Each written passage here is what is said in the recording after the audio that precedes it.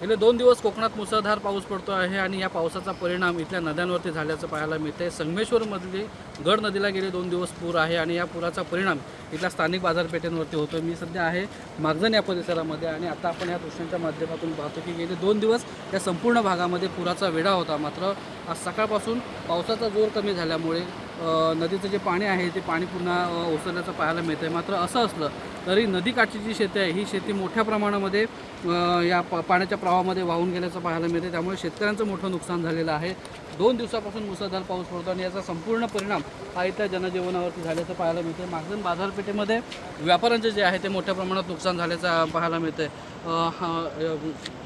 हवामान विभागाकडून अजून पुढचे 2 दिवस पावसाचा इशारा दिलेला आहे। त्यामुळे इथला जो शेतकरी आहे तो चिंतेमध्ये आहे आणि प्रशासनाकडून या संपूर्ण विभागातील लोकांना सतर्कतेचा इशारा देण्यात आला आहे। स्वप्नील घाग, एबीपी माझा, संगमेश्वर, रत्नागिरी। एबीपी माझा, उघडा डोळे बघा नीट।